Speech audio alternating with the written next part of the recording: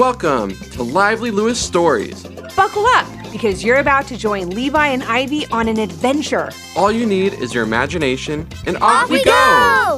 Lively Lewis Stories! Levi took a sip of water and winced. His throat hurt so bad he could hardly swallow. Ugh, he murmured to his sister Ivy. I don't like being sick. Me neither, Ivy replied, sneezing into a tissue. Poor Levi and Ivy had winter colds, and they were stuck in bed with nothing to do. They had already played Candyland a dozen times, drew pictures on their tablets, and read every storybook in the house. There was nothing left to do, and they were so bored. Oh, no! I wish we were on the beach, Levi said. I'd build the biggest sandcastle you ever did see. And I would try out my new flippers, Ivy said, looking at the purple flippers hanging in her closet. I would swim with all the fishies in the sea. Well, except for the sharks. As the children tossed and turned in their beds, they began hearing ocean waves and seagulls flying overhead. That meant their imaginations were hard at work, taking them to a faraway magical place. Whoa, Levi said, rubbing his eyes and looking around. He saw white sandy beaches, red crabs scrambling sideways towards the water, and palm trees towering high overhead. Ivy stood next to him, watching the waves roll towards the shore as huge fish jumped out of the water. Wow, did you see that? She asked in delight. I think it was a dolphin.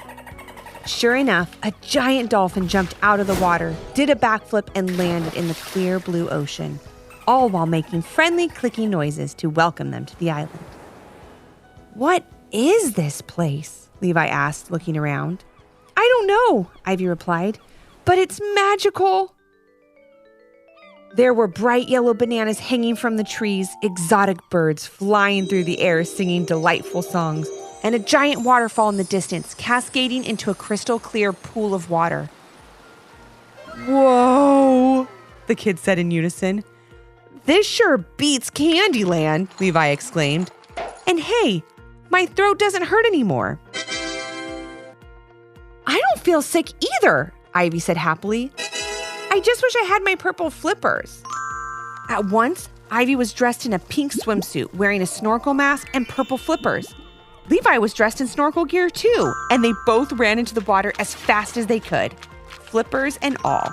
Diving into the big blue ocean, Levi could swim better than he ever could before. Ivy followed close behind, swimming through the water with ease.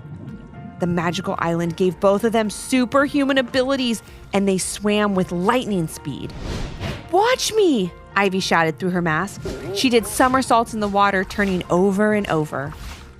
This is fun, Levi yelled as he did a torpedo move, sending him spiraling through the ocean like a human torpedo. Not only were they able to do fun tricks in the water, they were also able to breathe and talk without going up for air. The children were having so much fun, they didn't notice the visitors surrounding them. All of a sudden, they found themselves face to face with a lovely mermaid. Looking around, Levi and Ivy saw lots of mermaids and mermen swimming in every direction. They smiled at the children and motioned for them to follow. Along the way, they saw tropical fish of every size and color. They smiled happily as a giant octopus waved hello with all 8 arms. And they even saw an old shipwreck on the ocean floor. Much to their surprise, one of the mermaids led them towards the old ship, swimming through one of the windows and motioning for them to come along. I wonder what's in that old ship, Ivy thought, feeling a bit afraid. I hope there aren't any sharks in there. I hope there's a hidden treasure, Levi imagined. But he too felt a little afraid of what they might find. As they entered the dark ship, they looked around, letting their eyes adjust. The friendly mermaid waved to them.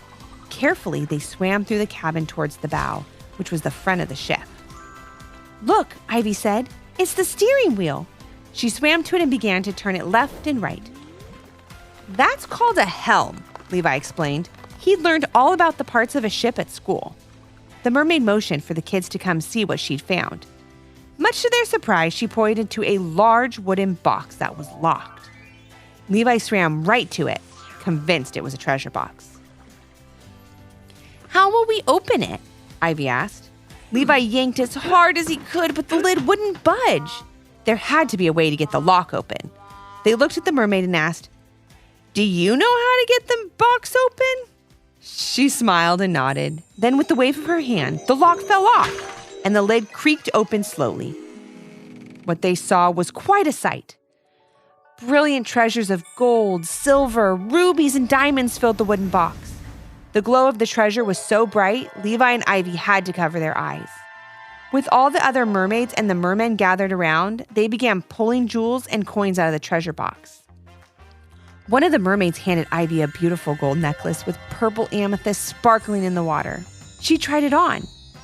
"Oh, it's so pretty," she said, twirling around in the water. "And look, it matches my purple flippers."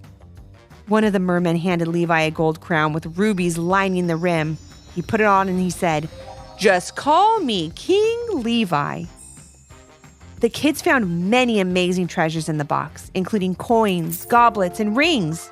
They were so mesmerized they totally lost track of time. When the sun began to set, Levi said, "Ivy, we better get going. I have a feeling Mom and Dad are starting to worry." "Okay," Ivy said reluctantly. She didn't want to leave the magical island, but she knew her brother was right. As fast as they could, the kids swam back to the beach where their adventure first began. They took off their snorkel gear and looked out over the ocean one last time. Ivy saw the friendly dolphin jump out of the water and wave goodbye with one of his flippers. He made chirping and clucking noises just to say goodbye. "I didn't get to build my sandcastle," Levi said sadly. Then he said, "Oh well, I'll save that for my next time I'm stuck inside with nothing to do. After all, we can use our imagination anytime we want."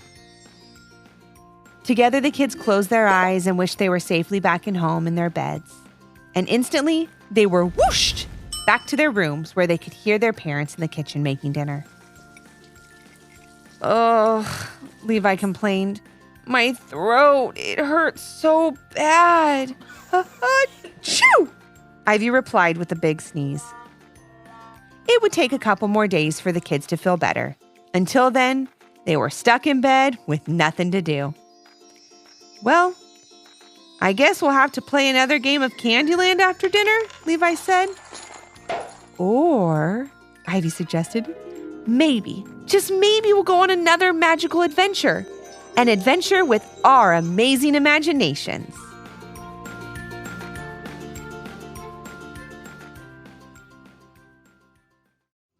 Did you learn a lesson from this story? If so, what was it? And parents, do your kids have a story idea? Leave a comment on our Apple Podcast review page with 5 stars, the idea, and your kid's name for a chance to join Levi and Ivy on their next adventure. Until next time. Thanks for listening. Come back for more.